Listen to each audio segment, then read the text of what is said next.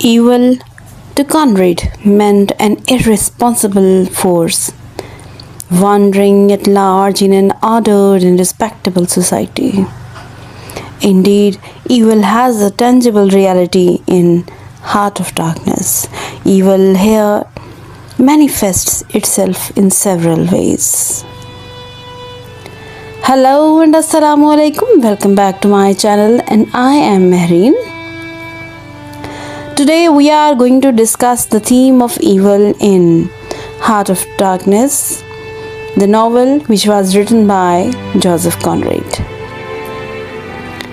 At the very outset, Marlowe refers to the ancient Roman conquest of Britain. He is of the view they were conquerors who used only brute force to grab what they could. It was an aggravated murder on a great scale and men going to it blindly. This is an act of utter brutality. It takes away a territory from a nation who have a different complexion or slightly flatter noses. There is a hint of evil in Marlowe's reference to the city of Brussels as a whited sepulchre. The evil characters of this city is emphasized by Marlowe when he points out that the Belgian conqueror were running on an overseas empire in the Congo and making no end of coin by trade. Here, the evil of imperialism and colonial exploitation of the ignorant and backward natives of the conquered territories is clearly indicated. Marlowe's many descriptions of the natural scenery have a strong suggestion of evil in them. Indeed, the wilderness and the thick forests which Marlowe sees on the way seem to us to be the abode of evil. Marlowe sees a colossal jungle, so dark green as to be almost black. The sun is fierce and the land seems to glisten and drip with steam. For Marlowe, going up the river Congo was like traveling back to the earliest beginnings of the world.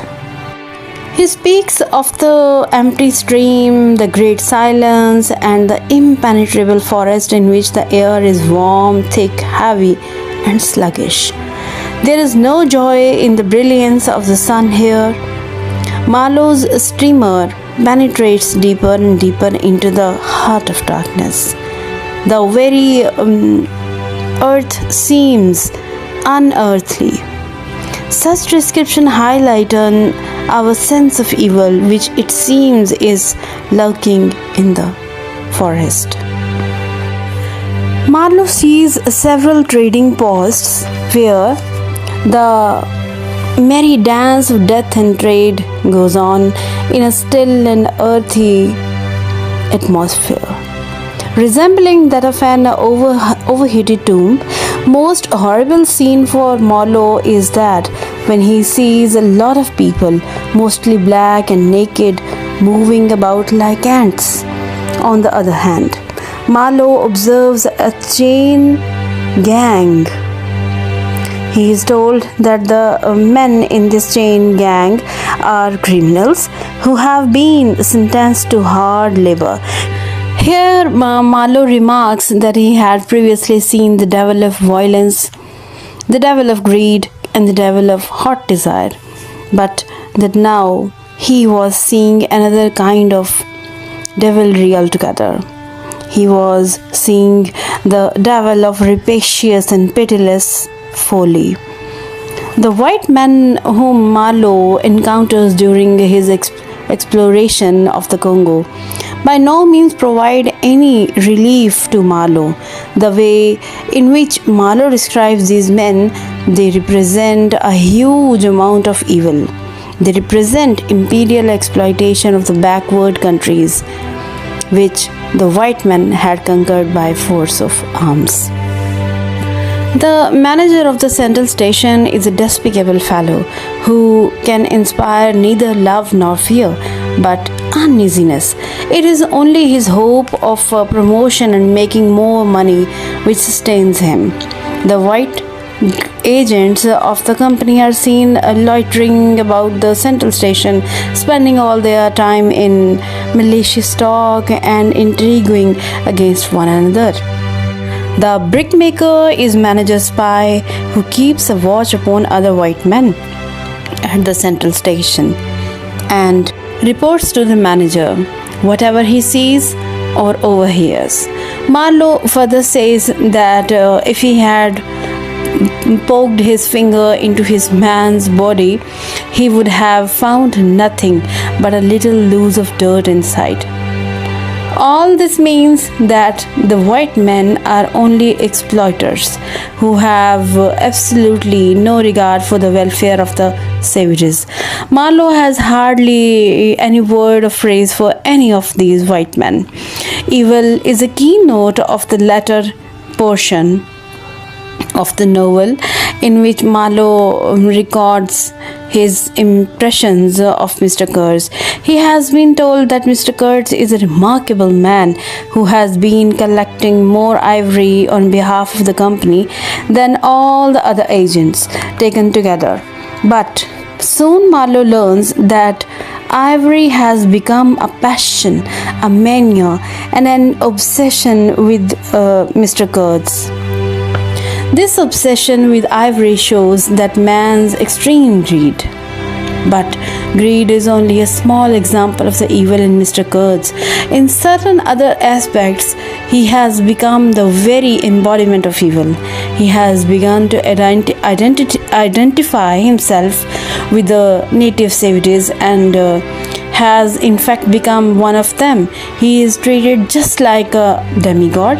He participates in their life, in their activities, and in their customs. Mr. Kurtz presides over their midnight dances, which always end with unspeakable rites. It shows he has begun to take pleasure in human sacrifice and shedding human blood. In simple words, he has become a bloodthirsty monster. To gratify all his various lusts and all his monstrous passions, Mr. Kurtz had begun to occupy a high place among the devils of the land. In short, Mr. Kurtz has become an evil incarnation. When Mr. Kurtz is dying, he utters the words, "The horror, the horror." These words sum up the evil in Mr. Kurtz and show his horror at what might happen to him after death when he goes to hell. He represents the portrayal of a civilized man who became a devil. It is meant to convey to us Conrad's own ideas about evil. Conrad believes that there is much evil in the savages. He certainly does not hold up the savages as being free from the taint of evil. Conrad does not believe in the existence of the noble savage. The barbarian customs of the savages are certainly horrifying to him. It is because of Mr. Kurtz's prolonged contact and association with savages that he has been dehumanized and has become a devil.